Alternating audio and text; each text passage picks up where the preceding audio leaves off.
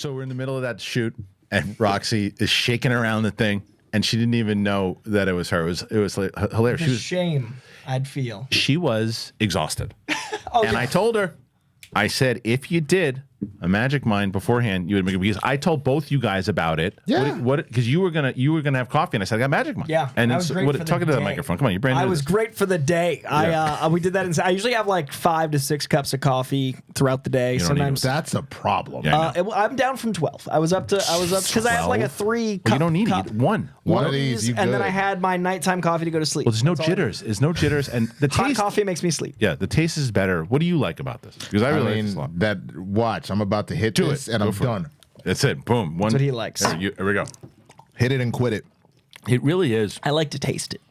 It really is delish, and it's got that feeling of just every time I do it, I feel like mentally clear. Right? I think that was. I remember. I talk about the lack of jitters because I need to stay conscious, but I Yes. also get jittery on coffee. This is perfect pre-writing, pre-editing. Yes. Yeah. Yes. So I had it. I can't remember what show I was on, and it was a longer show. No, it was an interview that I did last week, and I had taken Magic Mind right beforehand. I was just like, boom, boom, boom. People were like great interview. Yes, so many great questions. I was so focused. I was so focused. So Magic Mind, magicmind.com/big thing. I always put the link in the description. But we're doing a show here, guys. Yeah. Let's go do the show. But yeah, Magic Mind. I had one of our patrons who said, I just got a whole bunch of Magic Mind. It's a good choice. Good choice. All right, let's do it. What's up, everybody? Happy Friday. Welcome back to the show. It's Capes and Cowls. Me, Winston and Coy, we are back together again. And we'll be talking about, yes, the X-Men 97. It's crushing. People love it. The reviews after the first 3 were amazing. Now people are singing the praises to this show as one of the best shows maybe the Marvel's ever done.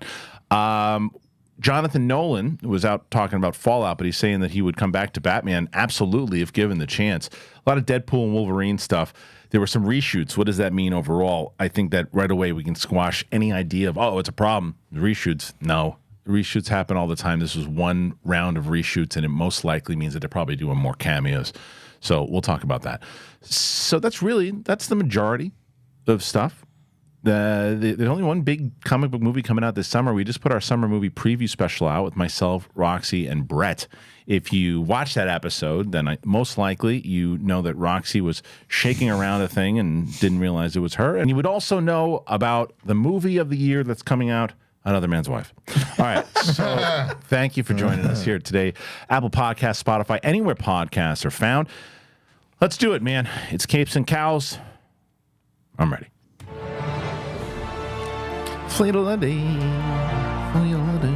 What's up, everybody? Capes and Cowls here. Kristian Harloff. Coy Jandro. Winston A. Marshall. It's a doing the dance. cameo, baby. It's a good cameo.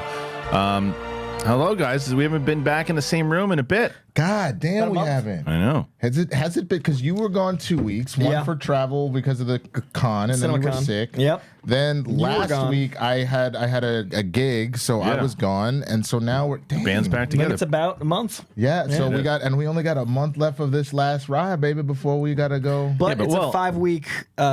We get 5 Thursdays. No, well, it's going to be one Thursday. We're going to have to probably do a live episode in May because I'm going to be in New York setting up the studio. Okay. So the goal is that we can get the studio set up in time that I can basically, we can do a test where maybe you guys can be in the same room, which would be amazing. Maybe I don't know if you can head over to his place or whatever it is, and then that's how it'll work in the future. Is that these guys will be in the same room, and I'm going to be in the new studio, so we'll still have the dynamic Yeah, back for sure. and forth. And then that was the other thing. I'm so curious because this airs obviously on Friday, so I'll have an idea of how I'm kind of nervous about that potential thing that we put on the air there, because you never know who's watching the episode. There's just somebody who's just like, oh yeah, I got enough to put in the camera. Go ahead. We put a really ridiculous bet for the Amazon wish list yesterday, and if somebody does it, I'm probably going to have to retire because it'll get canceled. Anyway. Oh my God. There's and jokes aside, I do want to thank a lot of people have gotten stuff from that wish list, and I cannot thank you enough. We had people who got lenses and mic stands and panels, and thank you so much for that. So we're excited to set up the new studio, and Brett's going to really knock it down. All right, we got some stuff to talk about in the world of comic book movies. Let's do it. Actually, let's start with this. Chris Hemsworth. You know, we talked about this a little bit on the show on Wednesday, but I wanted to get you guys talking about it. Chris Hemsworth had an interview with Vanity Fair, and he's not happy with what happened. Not necessarily. He wasn't taking shots at Taika per se. He was more so about he got carried. That he got carried away with the spoof element of it all and wanted to have some fun. And what I said on the show the other day, and I think you guys would agree with this, I feel like what happened is that Taika. I don't know if you've had an opportunity to interview Taika. Oh, he's fascinating. Not only is he fascinating, he's just naturally funny. Yeah. He's just... His brain's moving so fast, he's seeing jokes and everything. But not in a way where you're like, this guy is always on. Sure. I've been around people like that for many times. I used to go to the Comedy Store freaking July 4th parties, and that's all that was. People going on. Yeah. He's just funny. Yeah. He's funny. So imagine, and I don't think, and again, I don't think you're ever going to hear him say this, I don't think Taika gives a flying F about Marvel continuity and if the fans are happy with it too. He'll never say that. Obviously. Say as much. But he'll never say that. But I don't think he cares. And I think he was like, and he's so busy, and he's probably like, let's just have fun. Yeah. And and I said, as much as I don't like that movie, I can't even imagine a set that was probably more fun than that set. So it's easy to see where he can get carried away. Imagine Christian Bale just hanging out with, like, in that outfit with Natalie Portman coming back because of how much fun it probably seemed. Hemsworth's like, you know, it sucks for the movie, but Hemsworth's probably the highlight of the Ghostbusters reboot. He's naturally funny. So you put all of that in one pot and stir. Like, that set must have been amazing. And the 4-hour cut of that movie that's like Anchorman 2.5 is probably great. Yeah, But if you made it a spoof instead of making it Thor 4, I'd watch that. That movie was Saturday Night Live. Right. And it just, with moments of, the problem was it was moments There of was stuff. sincere heart. There was stuff that in could there. have been. Yeah, you could have picked out things and said, let's take that, let's go with that tone. Like the stuff that it eventually worked with Natalie Portman's The character. Jane Foster storyline could have been a good movie. Yeah, like by the end of it, by the time that they actually started to let's take this serious. I'm like, dude, I just saw Russell Crowe go like this down the stairs, and I'm like, I'm out. I forgot about I'm out of that. And there was no God butchering. No, and so he's not happy. Yeah. About the way that was, and he said he feels like he owes the fans another one. But Winston, where do you stand in this movie now? Because I forget. You said you rewatched it and it's not as good. I haven't yet. I have put a full pause on. Your journey is paused? Yeah, but part of it is because, you know, my YouTube channel's popping now, so come over and say what's up, the Swaggy Blurred over on YouTube.com. But I paused at multiverse because I really don't want to watch that again. Oh, you're stuck. You're not paused. So I literally am doing the same thing that happened in the mud. So we've been trying to get my girlfriend to get through all of phase 1 through 3. And she got stuck on Doctor Strange because she hates Benedict Cumberbatch. You're stuck on the next Doctor Strange. So now I am stuck on Multiverse of Madness, which is preventing me from then seeing Love and Thunder. But I think I also know now we're going into the dark There's woods. also a rough run to punch right there. There is a rough run going forward where up, down. And so I have just fully can't move. I'll get back to it, but I completely forgot about the little dainty, like... I don't think I'll rewatch those till I have kids.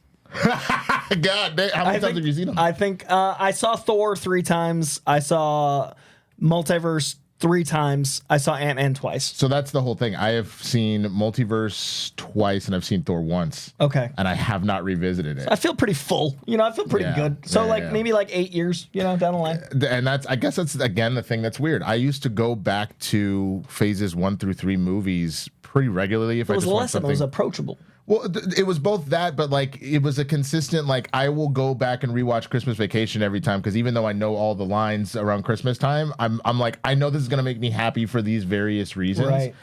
I start thinking about these movies and I'm like, I don't have anything to anchor to. So No Way Home I do because it's like the big final battle and the 3 brothers and blah, blah, blah. That's hilarious. I think I'm going to watch at least half of the X-Men leading up to Deadpool and Wolverine. So that's the other thing that I'm starting this weekend is I'm starting now the Fox rerun and I'm probably going to do like 2 a weekend so that we can get them done. There's 13 of them and I at least half. You're not doing the whole Fox universe, just the X-Men movies. Just X-Men is 13 movies. Right, but you're doing all of Fox? because Daredevil, like you've got exactly, you have all those different movies that are supposedly going to be involved in all of this. We know Jennifer Garner. I don't background watch movies. I watch movies, so I don't know if I'll have time for like 20. You know, like I just No. I get that. I mean, well, okay, yes, but you do your reactions all the time with the real rejects, isn't that like? Yes, you're watching, but it that's feels even like, more watching because there's lights and stuff. right. It's like if you zone out, then the audience is like, "Oh, he hates it."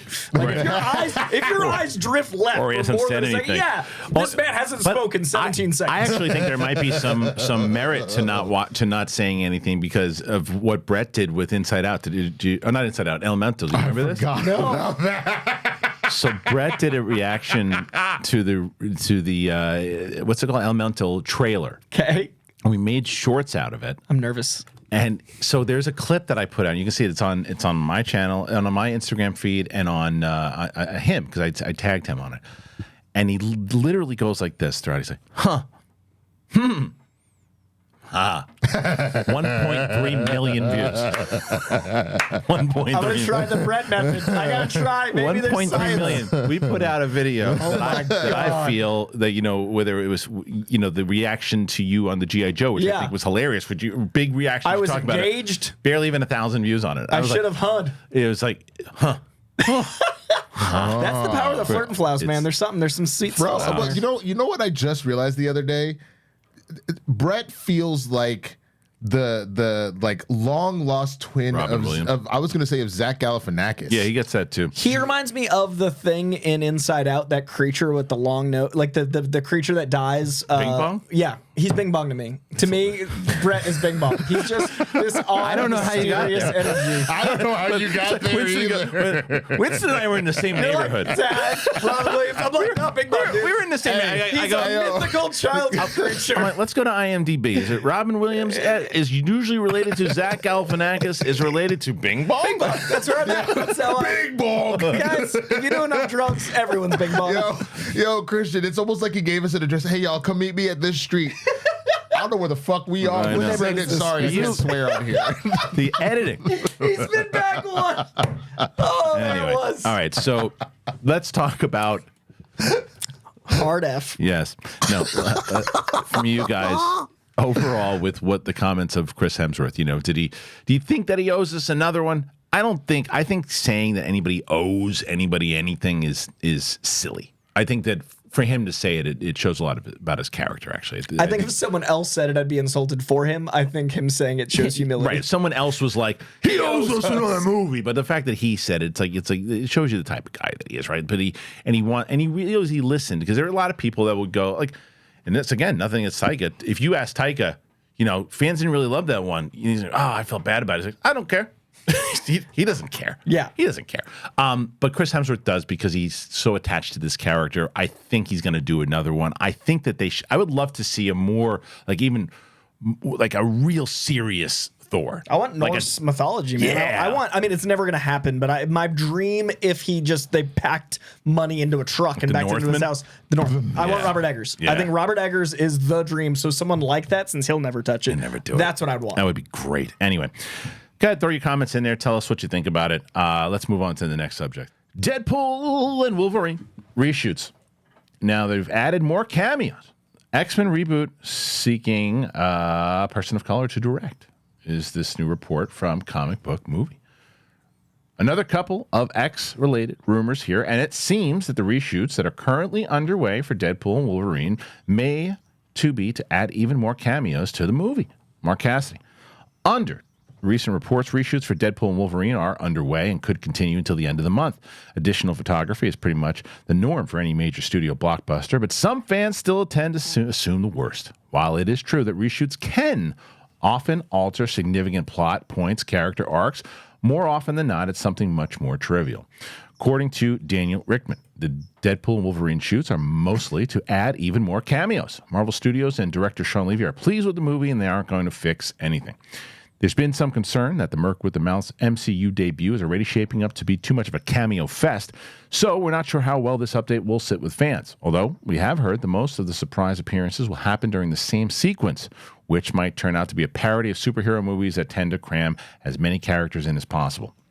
In a related rumor, MTTSH has heard that Marvel Studios is looking for a person of color to direct the upcoming X-Men film. This follows a previous rumor that claimed Mufasa, the Lion King director Barry Jenkins, could be on the studio's radar to take the helm of the long-awaited reboot. That would be a great choice, actually. Marvel has been taking pitch meetings with writers since last year, and reports indicate that we are very close to finding out who will pen the script for the project. Once a scribe is in place, the studio will turn its attention to a director, but there's a decent chance that Kevin Feige and company already have a list of filmmakers in mind they feel could be the right person to bring the iconic mutant heroes back to the big screen. Okay, so let's go with the first things first of these reshoots, right? This is exactly what we said up top. This is exactly what it is. There is no concern for this movie whatsoever. When you go back to, I forget what movie it was, and it was recent, where there was like, it was a James Gunn. It was Aquaman. It was Aquaman. 4 rounds of reshoots, 5 rounds of reshoots. That's an issue. 1 round of reshoots. That's scheduled in advance. Like additional photography is scheduled. It's got to be there. Part of the budget. And if you look at this movie, it makes sense that if, hey, we couldn't get these cameos, if it is cameos. Yeah. This chunk of filming, why don't we set aside time later? Let's get everybody's schedules cleared up and let's film here because we've got Ryan and Hugh.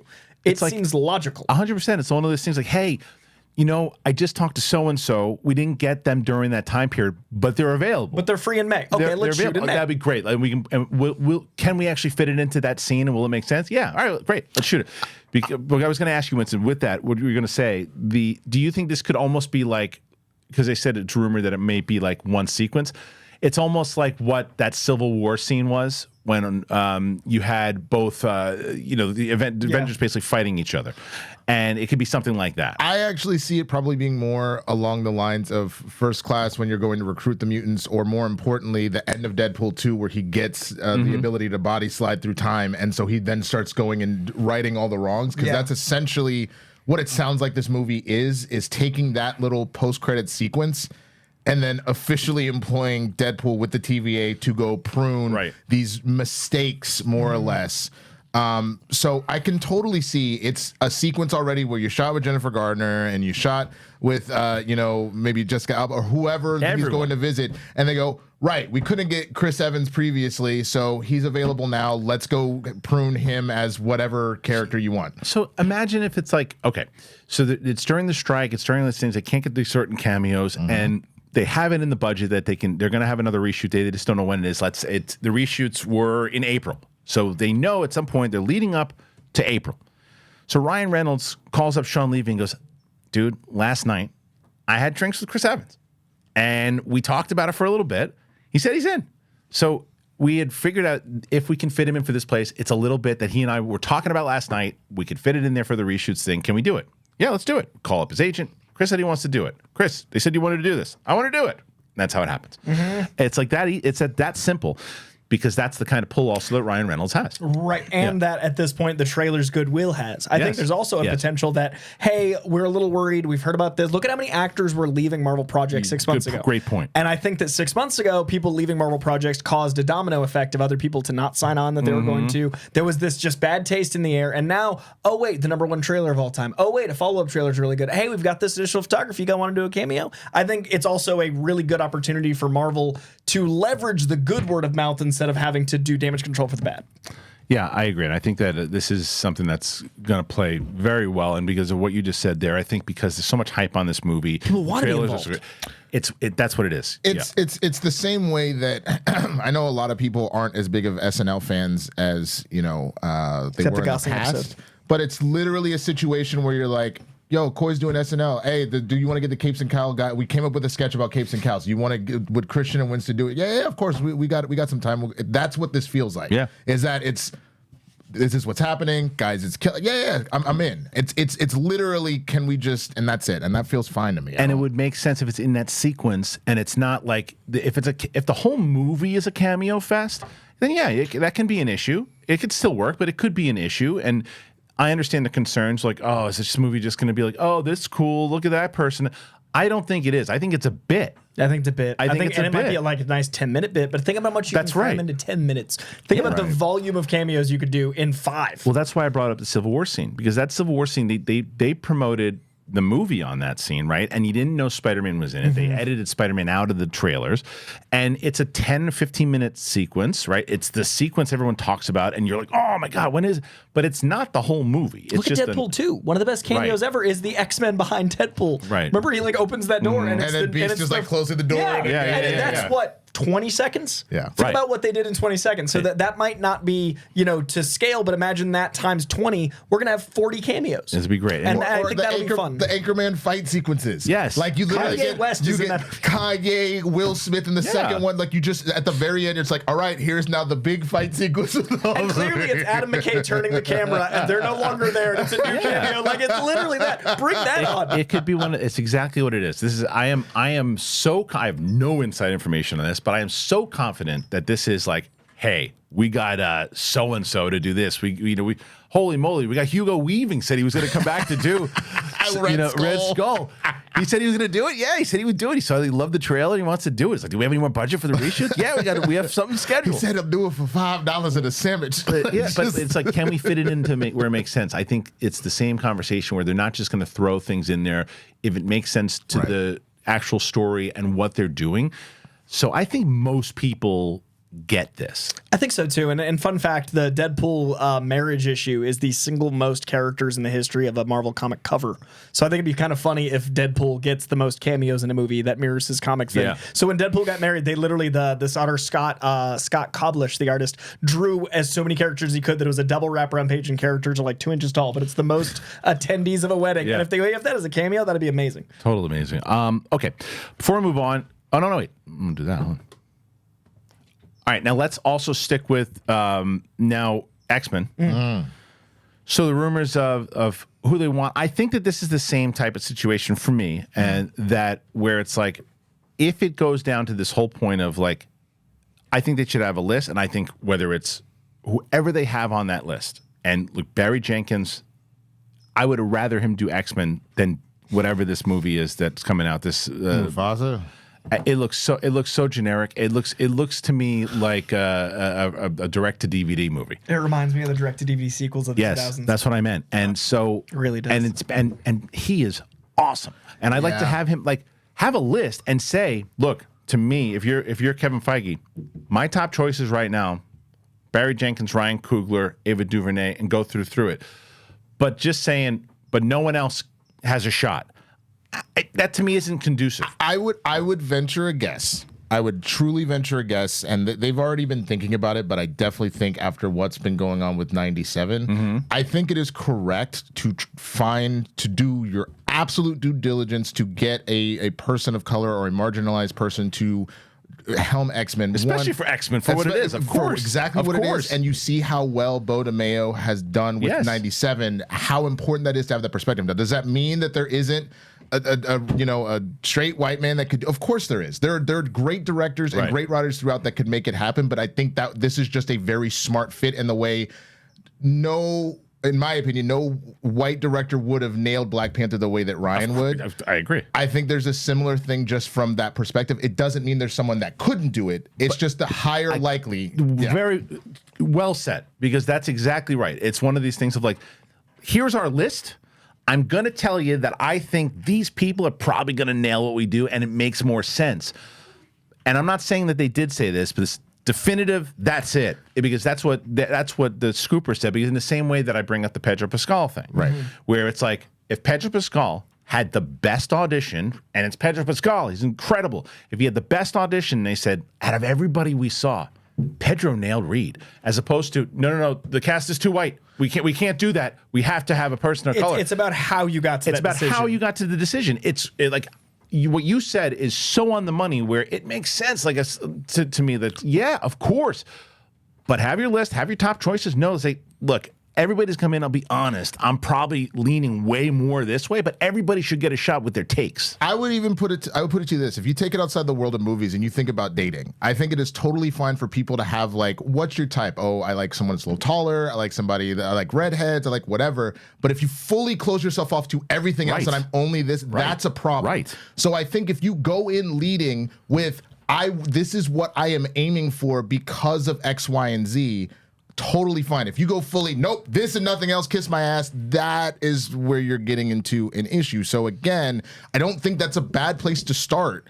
I just think you still leave the door open just in case someone comes in and blows the doors off, and you go, in the same way that if with Silver Surfer, they were just like, you know what, let's just see what's her name that ended up being Julia Garner. Julia Garner? Julia Garner, right? Is Silver Surfer? Oh, okay. Oh, you know what? I'm thinking of Jennifer Garner. That's why my brain was like, You accepted and denied it so quick. You're like, yes, no. You should have seen Coy's face. Coy was like, I'm pretty sure that's right. But I'm pretty he's sure that's so right. sure I'm wrong. But I am now doubting everything. But Did I make up a name? Is this Latin? Am I speaking? What happened? But like, what if literally they just randomly like, yeah, you know what? Go ahead, audition. I'd love to just see. I'm like keeping my options open. And she again, like you said, blew the doors off. That they go, okay, maybe we need to figure out how to make that happen. Well, okay, so like for example, I'm uncomfortable in certain situations where like I feel like antique stores. Like when I walk in an antique store, I feel like a kid with his hands in his pockets and I shouldn't touch stuff.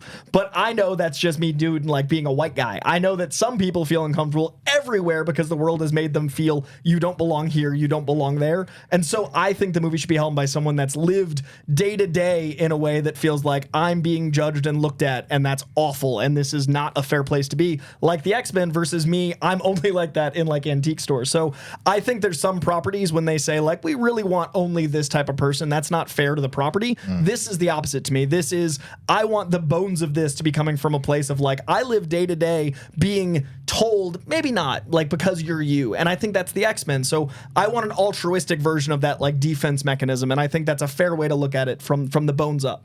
Nicely said. All right. So if you know, you know. Sometimes you gotta try something over. All right. I'll tell you something you should try. Mac Weldon. I'll tell you. I noticed your shirt and I was like, that's right? a nice shirt. I told you, man. Mac, and you know what's hilarious about that is that I have between this shirt, I have these t-shirts, these pants.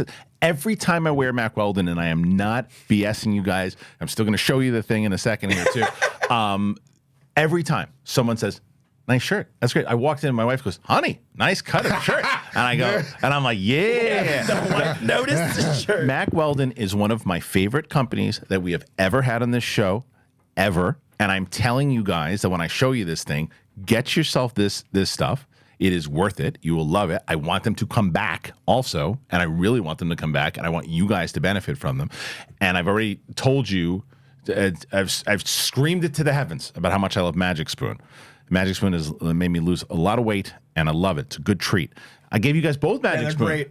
It's really I'm a big good. fan. And Really I good. liked it dry and with milk, which is rare. Yeah. So it's great, just dry snack, and it's great cereal. It's just so good. So, I'll tell you what, for both of that, you guys know, I've told you both about Mac Weldon. I told you about Magic Spoon. I put both the links in the description. That's all. I'm not even going to throw it at anything. This was us. That was it. It. I'm not This even going is to throw it at authentic. anything. I'm just going to tell you right now that you can use the code for Magic Spoon. Use the code for Mac Weldon. I'm pretty sure that it's macweldon.com/thebigthing. You'll see it in the description. You get yourself a discount. Magic Spoon, magicspoon.com/thebigthing. They're both two companies I love. They're in the description. You want to help out the show. You want to help yourself out. You will thank me for those. I'm telling you, you will. All right, next one. Let's just get to it. X-Men 97 dropped episode 8. It's part 1 of the 3-part finale. And already, people are losing their minds about this show. I went and I saw the first 3 episodes of this show with Winston when we had an opportunity to see it a little early. I did not watch the original series, but I very much love the X-Men, read the comics growing up, and I turned to Winston and told him how much I thought the show was great. That episode 5, I'm with everybody else saying how great it was. I have just, like a lot of other shows, just fallen off, and I'm going to start watching. I will say, I started watching episode 6, and I was tired, so I wasn't as into it as I was the other episodes with Xavier. I was glad to see Xavier back, but I just wasn't as locked in, and I feel like I'll be more locked in. But you guys totally locked into this show. Yeah. I'm surprised. I mean,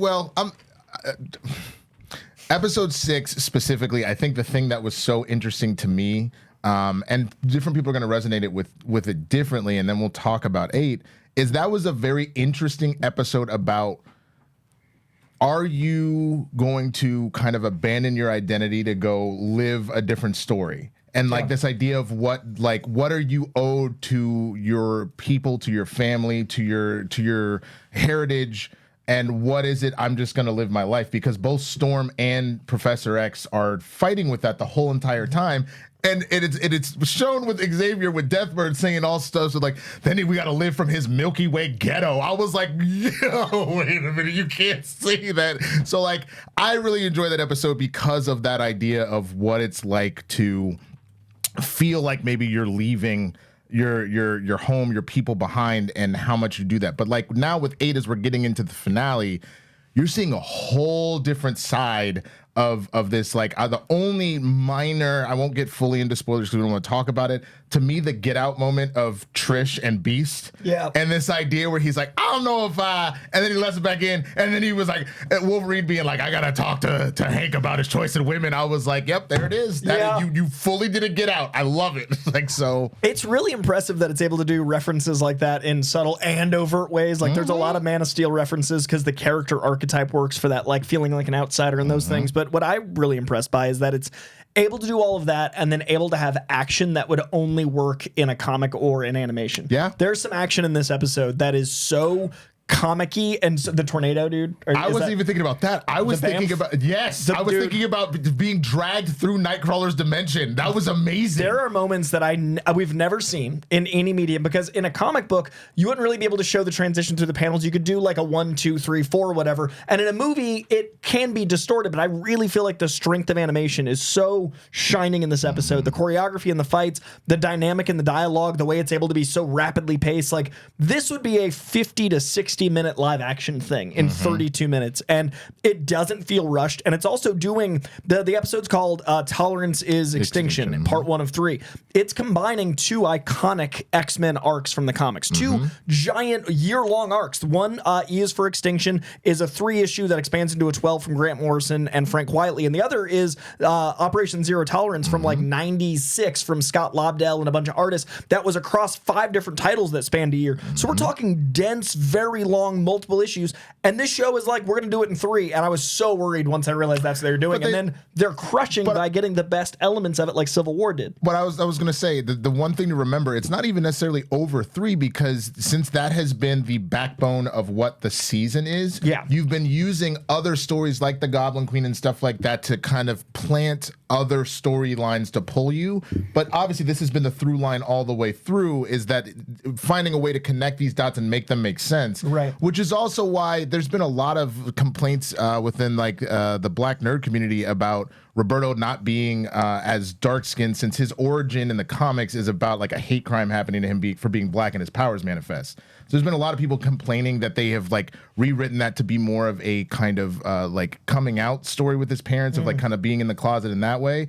But that's the thing. This is a particular universe with its own adaptations where you're taking stuff from For Extinction, from OZT, from Roberto's original story, but you're making your own thing. Right. It's effectively 60 comics, because Life, Death. All together. And they're telling the story they want using those seeds. If you want the Sunspot story, read the Sunspot comic. If you want Life, Death the way it was, read Life, Death. It doesn't get rid of those. So I think it's really important to acknowledge adaptation should not be translation. And this show is adapting beautifully. And I only hope the movies can do as well, because I mean, I know how much of an X-Men fan you are. And every time we talk about X-Men, it feels so amazing to just be excited about X-Men. Right. And I think if anything, Marvel now goes, okay, the bar has been raised. This is being regarded as one of, if not our best show, and this is why it's doing so well. How do we make the movies reflect what the audience clearly wants? Right. What did he do? I want to know. I don't know what you're talking about. Don't please. People are yelling at you and about I was banging on way the thing less all than the that. time. He's like, what did he do? He's not like the FBI. I know. What did Bodemayo do? Because he got fired. What did he do? I need to know, because at this point I'm like, if you don't bring the man back, like what? Like if it's something bad, like by all means, he's be out fired. there. He's tweeting about it. He's talking about it. His social media has been amazing, because he's showing what comics to read. I love what he's doing to go like, if you like this, try this. If you want a preview, try this. I'm not going to say too much here.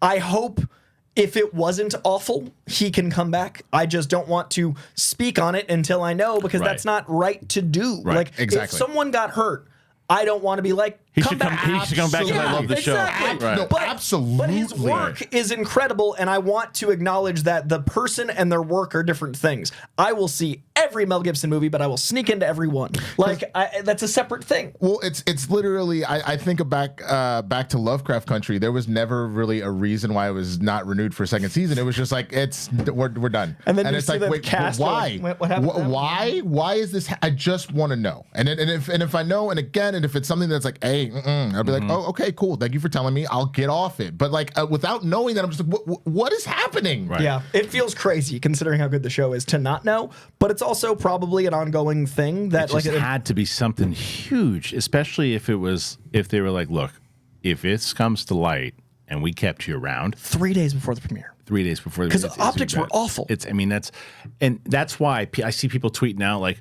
wait, they'll let James Gunn go and come back, and we don't know what this guy did. Yeah. We just still don't know. We don't know what he did. Until there's actual facts, it's hard to comment on, and I think it's really ignorant for people to make statements in pen. Yes. We're making statements in pencil. Yeah, I saw people going, oh, well, they let James come back, but now let him come back. See? I'm like, you don't know. See, you don't know what happened. We don't know what happened. Yeah. So like again, let me make it very clear. If whatever he did was illegal, someone got hurt, any of that stuff, then he needs to stay fired. But without knowing it and just seeing one side of this is the content he's putting out, it's kind of like You can't say. You can, and You can't. But I will say that if it turns out it was just the OnlyFans thing, Then and that's that's why, crazy. then that's not fair. No. Then that's beyond. It it also was around before he got hired for this. If it is really because of that, then that's a valid argument to say because you look at there was James Gunn tweets and his other things too. Then that's totally fair. Right. And if somebody has OnlyFans, I want him on the movie. Right. If somebody has an inside track that it was just the OnlyFans thing, then I'm on board with. Come on, that's BS. Yeah. But we don't know what it is. We don't know. I also think it's worth noting while we're on the subject that the other people that have made this show possible, he's the showrunner. Of course. We need to have a conversation about bringing like Jay Castorina over, Charlie Feldman over, like the writers, the head directors, the people that are also responsible should also be in conversation for at least working on the movie. Absolutely. Because like, yeah, he's the showrunner, but like, are these people in talks for season 3? Are these people in talks for like what goes next? Because they're changing X-Men. Like I would argue X-Men 92 is in the top 5 greatest animated shows to adapt comics. No, I'm saying 92. The old one, the original. Just the original I would animated argue series. that was in top I didn't know 5. we were calling it X-Men 92. So I was trying to differentiate. No, I get it. That's why you threw me off. I was like, no, you just messed up. Let me just It's correct fine. the man's got a year wrong. No. I would argue 92 is in the top 5. Okay. I would say they had the impossible task of continuing a top 5 Essentially making show. this to season 6. I would say this is in the top 3. Yeah. I think this has now passed and that's I with agree. all that nostalgia. So this is up there with Batman for me, Batman the Animated Series. So like, how do you possibly top that and not let these people work on the next step? You have to. And I would even argue so much as to say, now that we're at episode 8, and before it was just like, oh, is this the best Marvel TV we've seen? This might be the best Marvel product we've seen since No Way Home. I'd put this and Loki there. Loki and Guardians are definitely up in that. I guess the only thing is there was one episode of Loki. That we fully shut down, and I haven't we had were that alone. moment. Yeah. It's so funny to me That is whenever I true. talk about Loki, everybody's like, perfect season. I was like, but that episode 2 or 3 or whatever it was. It was 2. Was it 2? Yeah, I think Yeah. it was 2. But it's you're so right. Yeah. funny that I do have that little squeak, but it's only us. So I'm like, were we all crazy? Right. Like, well, but I mean, look, this show, everybody's raving about this thing, and I want to get caught up with it because I'm starting to get caught up with all my shows. I'm like 2 episodes into Shogun. I'm about 4 episodes into Fallout now. So I'm getting there, and now I want to catch up. I want to finish the Bad Batch, and I want to finish this show. So I just got to get past the night, and like I think I was tired because I was just finding myself a little kind of like, I don't know, I'm just not as locked into this storyline with Xavier, but I'm going to revisit it. With a little more energy, with Magic Mind in me. And then I'm going to go and check it out. So I think we're going to cover one more story, and then we're going to call it. We'll call it an early day today.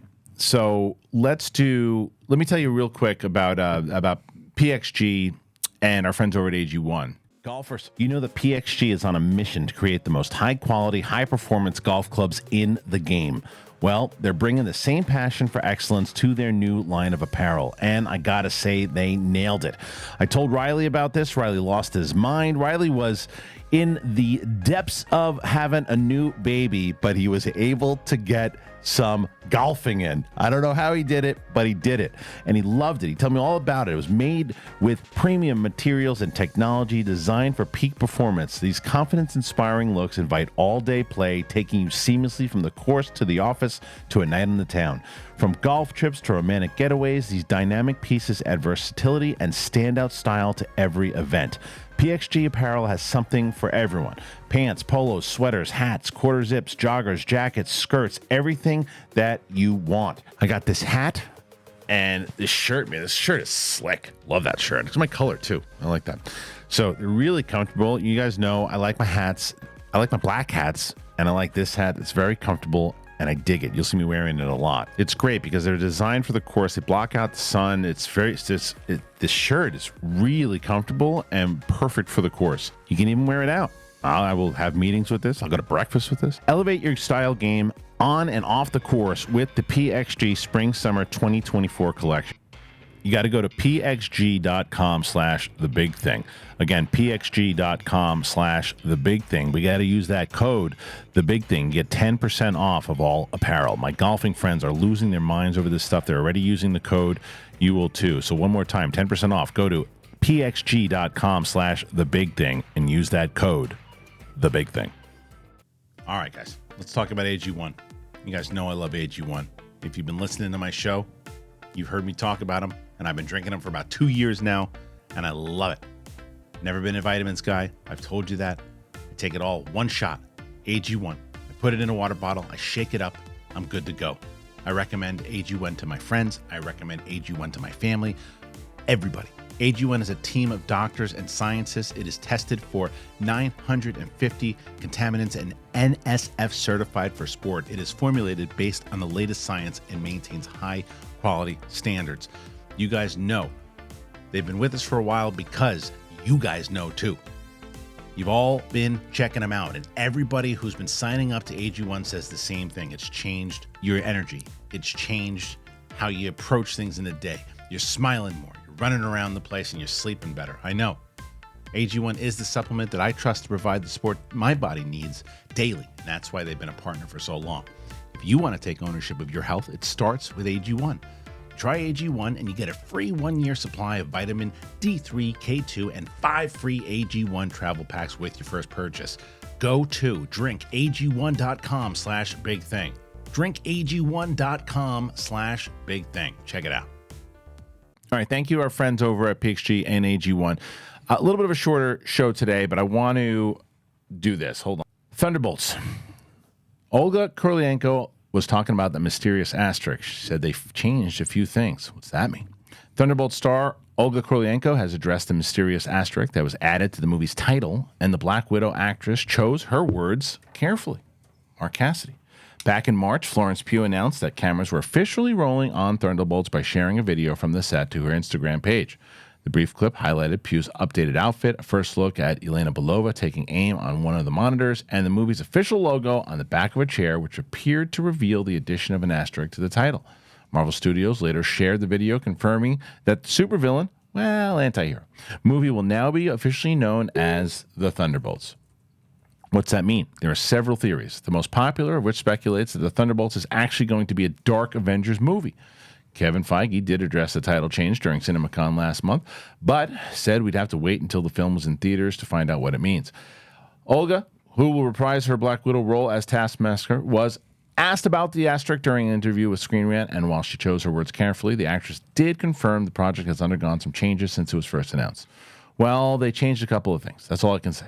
But that also doesn't say anything because obviously every movie is different, and in every movie things change. But yeah, it'll be different. We'll see. There's nothing I can say. Okay, so this Dark Avengers thing to me tracks. It could be huge. The reason I think that what might have happened, again, same conversation that we had before, pure speculation, who knows, but I could see Iger going, I don't think anybody's going to know what Thunderbolts is. Maybe all the Marvel fans will know. We're not in the Guardians of the Galaxy phase anymore where people are just going to see everything Marvel. What can we do? We can put Dark Avengers as the title because it fits. Avengers. That's good marketing. What else you got? You can see that happening. Also, just for anybody that's big into like the theories, like game theory, film theory. So Matt Pat, he's retired off of it now, but a theory he did a while ago was that the Dark Avengers were coming, and there's enough seeds that were in place. Oh yeah, Thunderbolt Ross, U.S. Agent, all Taskmaster, all of these different characters. Like you've seen them in a number of ways. There's the Thunderbolts, obviously. There's the Dark Avengers, Masters of Evil. Mm-hmm. There's a bunch. It's essentially you're looking at almost Legion of Doom / Suicide Squad-esque, where these characters can kind of flop back and forth. So other than the fact that the Dark Avengers just makes sense, you were spot on in what you're saying in that. How do you market to the people that don't know what's going on? You use a term that they've heard before. Right. And so now you've got to, and including if the Dark Avengers are now around specifically, and you are next about to introduce the Fantastic Four and the X-Men.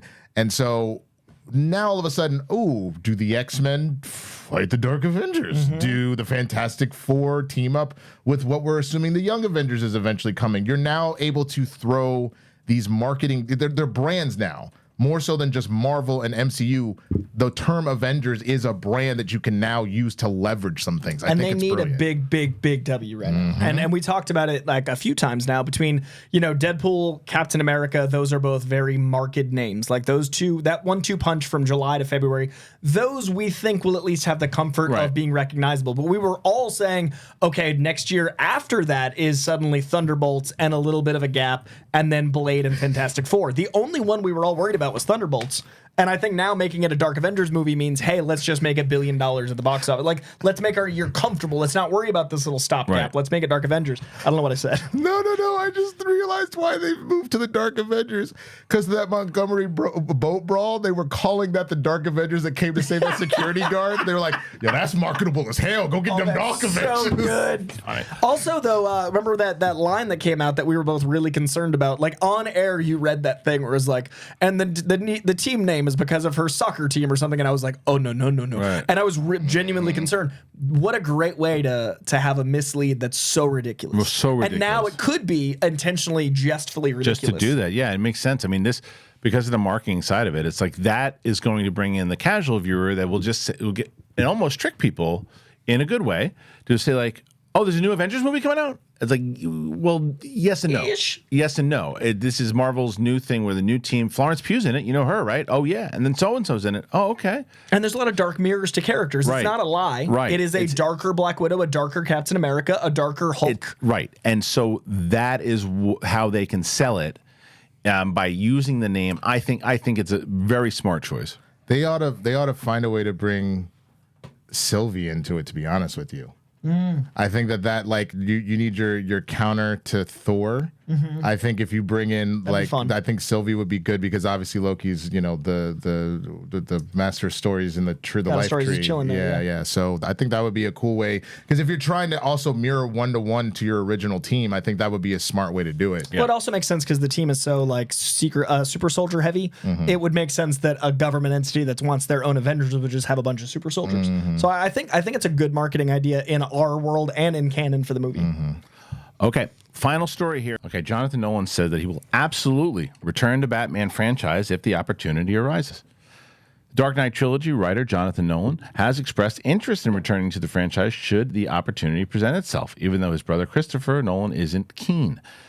Jonathan Nolan wrote The Dark Knight and The Dark Knight Rises alongside his brother, and he's since shifted focus to small projects like Westworld and Fallout. Small. Well, smaller. I get it, but it's a funny line. Right. Christopher Nolan has said on multiple occasions that he's done with Batman, while Christian Bale has vowed to only return if the director does. And as a result, we've come to accept this trilogy ended in 2012 and will be left alone. However, in a new interview, Jonathan has made it clear that he'd be open to returning to the Caped Crusaders world, even if his brother would take some convincing. Wouldn't that be a dream? That period was about 10 years of my life from when I got the call to work on Batman Begins in 2003 to putting out The Dark Knight Rises in 2012, and it was epic. The chance to work with Kristian, Heath, Morgan Freeman, Michael Caine, and the extraordinary cast of those films, a sort of American icon. So if I had the chance to go back and work on that again, absolutely. It's a nice thought, but with DC Studios rebooting the DCU and the new Batman franchises, Matt Reeves' The Batman and Andy Muschietti's The Brave and the Bold, soon to dominate theaters, there's arguably no place for a revival of any sort. Had Warner Brothers planned Crisis on Infinite Earths movies become a reality, it's not outside the realm of possibility that Bale might have been talked into donning the cape and cowl one more time. Chris was on the fence about making another one. Jonathan previously said of how the Dark Knight came to be. I think he didn't want to become a superhero movie director. He was very proud of Batman Begins, but to me, it was like we built this amazing sports car, and I'm like, let's take it for a drive. Don't you want to make another one? We spent an hour telling the origin story, and that's great, but it's like, what more can we do with this? Can we take the same character and shift ever so slightly into a different genre? Can we go from an adventure film to a crime film to a mob movie and bring that feeling into it? So I think that the possibility of Christopher Nolan returning is very slim, but you never know. I mean, things can happen. We never thought Michael Keaton would ever return as Batman, and that happened. Now, how many more years later and how many more movies does he want to make? The last thing Christopher Nolan is going to do is follow up with Oppenheimer. I want to go back to Batman. He's just not going to do that right now. Jonathan Nolan is also a possibility to do it overall. And there's no guarantee yet that Muschietti is going to stick with this project. I think that he will. But there's no guarantee yet that he will all the way through, because I also think it's a careful thing where they have a lot of respect for him, and they should, to where if they, they just kind of cut ties right away after Flash doesn't do well, it's going to look because, well, they didn't like Flash and they miscalculated and it's over now.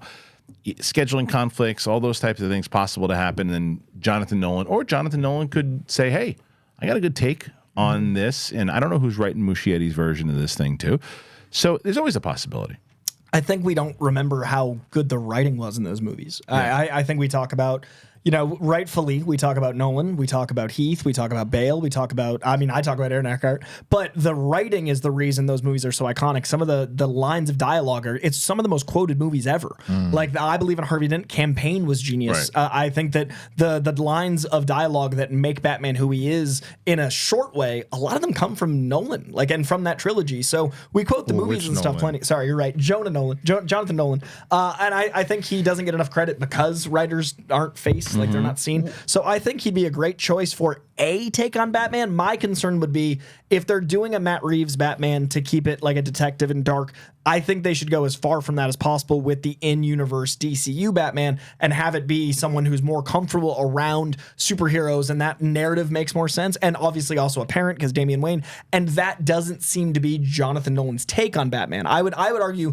Jonathan Nolan's take is more akin to Matt Reeves' take than what they should do with a Damian Wayne take. I think the one thing that I always pause for is because they were a writing duo on this. So my question becomes, obviously he had a say in how this goes. How much was Jonathan's writing and Christopher's kind of throwing some stuff in because he's directing it? How much is it a full 50-50 split of them writing? How much of it is primarily Christopher being like, this is what I want, and then Jonathan made that come to light? Like, that's the only thing that gives me a baby bit of pause is obviously he's one of the writers on it, but they wrote it as a duo, is what, to my knowledge. So that's the only thing that would make me just pause for like half a second. You know what I mean? Is like, how much was that magic of the two of them? If he even wrote half of It's Always Darkest Just Before the Dawn, or, you die villain for like, there's just, it's maybe the most quotable superhero franchise. So I'll take half quotable. No, I get it. I totally get that. I think about like Chappelle's Show and like you think about Neil Brennan, and there's a lot that's just Neil coming up with it. There's a lot that's just Dave, and then the various elements how that plays out. That's a great point, because you watch Neil's specials and you watch Chappelle's specials, you can see the Chappelle Show in both of them, but neither of them have been that since, for better and worse. And I'd be really curious, because when I watch, Fallout or Westworld, it doesn't feel like Batman at all, and that's not a slight of either. But I think it is a sweet. Those two shows seem way more similar.